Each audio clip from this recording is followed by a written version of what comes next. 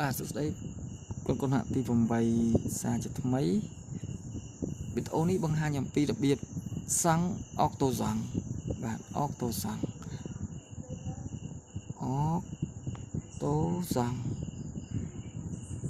នៃត្រីកោណបាទអញ្ចឹងអ្វីទៅជាអុកតូសាំងនៃត្រីកោណអញ្ចឹងអុកតូសាំងនៃត្រីកោណត្រូវដឹងណាជាទៅត្រីកោណទាំងអស់មានអុកតូសាំងទាំងអស់អុកតូសាំងនៃត្រីកោណអាចនៅក្នុងត្រីកោណហើយក៏អាចនៅក្រៅត្រីកោណដែរអាស្រ័យទៅលើមុំក្នុងនៃត្រីកោណជាមុំស្រួចអុកតូសាំងគឺនៅក្នុងត្រីកោណហើយអុកតូសាំងនៅត្រង់កំពូលមួយនៃត្រីកោណកាលណាត្រីកោណនោះជាត្រីកោណកែងហើយអុកតូសាំងនោះនៅត្រង់កំពូលមុំកែង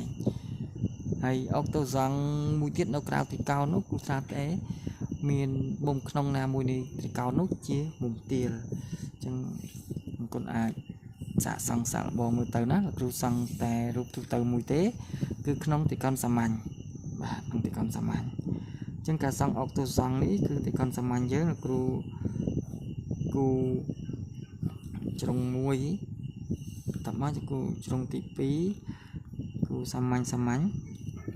បាទហើយសាមញ្ញនេះសំដៅថាមុំទាំង3នៅក្នុងត្រីកោណនេះជាមុំស្រួចហើយរូបយើងលោកគ្រូតាំងលើ A ជ្រុងកំពូល A នេះកំពូល B នេះកំពូល C អញ្ចឹងយើងចង់ដឹងថាអុកតូសាំងជាអ្វីលុះត្រាតែស្គាល់និយមន័យបាទអុកតូសាំងគឺជាចំណុចប្រសពរវាងកម្ពស់ទាំង3នៃត្រី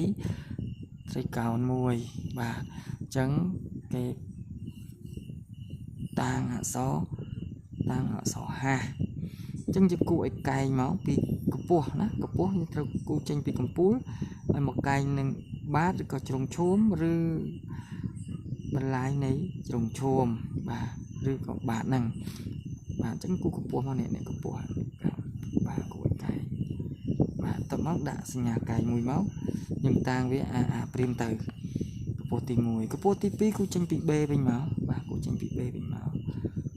បាទគូឲ្យកែងហើយកែងគឺ90ដឺក្រេបាទកែង90ដឺក្រេមុំកែងនេះគូចេញពីកំពូលនេះឲ្យកែងនឹងជ្រុងនេះបាទចង់ផុតទាំងត្រួតអានេះកៅកែងហើយអានេះយើងជាប់មកបាទចាប់ពីកំពូល B មកបាទយើងពេលយើងរៀនគូយើងគូក្បាលដៃបានណាកែងដាក់ខាងណាក៏បានដែរមុំកែងអញ្ចឹង B ព្រីមអញ្ចឹងកន្លែងនេះហើយជាចំណុចប្រសពយើងកម្ពស់2អញ្ចឹងយើងអាចគូកម្ពស់ទី3ទៀតឲ្យក៏បានដែរគូមកដឹងតែវាបាទនេះវាដឹងតែកែងគូចេញពី C មកកែងនឹងជ្រុង AB ហើយវាដឹងកាត់ត្រង់ចំណុចនេះតែដោយសារតែពទើខ្លីគ្រូបន្លាយបន្តទៅបាទចឹងគ្រូមើលបន្តពេកទីសិន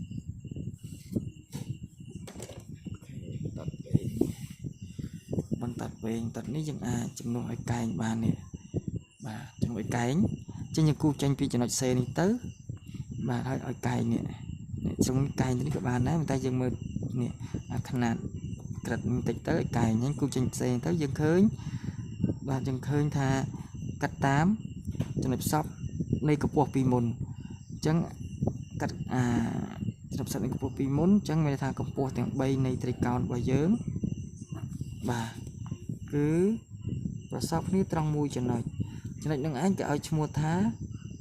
បាទអុកតូសាំងតាំងដល់អក្សរហាចំណុចនេះអុកតូសាំងអញ្ចឹងពីដើមវីដេអូលោកគ្រូនិយាយថាអុកតូសាំងអាចនៅក្នុងត្រីកោណអាចនៅលើកំពូលណាមួយនៃត្រីកោណកែងបាទកំពូលណាមួយនៃមុំនៃត្រីកោណកែងហ្នឹងគឺត្រង់កំពូលមុំកែងបាទត្រង់កំពូលមុំកែងហេតុអីបានអញ្ចឹងទូឲ្យបងប្អូនគិតឲ្យស្រាវជ្រាវហើយនឹងមួយទៀតអាចនៅក្រៅត្រីកោណអញ្ចឹងអុកតូសាំងខុសពីទីប្រជុំទម្ងន់ណាបាទអុកតូសាំងនៃត្រីកោណកែងគឺនៅត្រង់កំពូលនៃមុំកែងហើយលក្ខណៈរបស់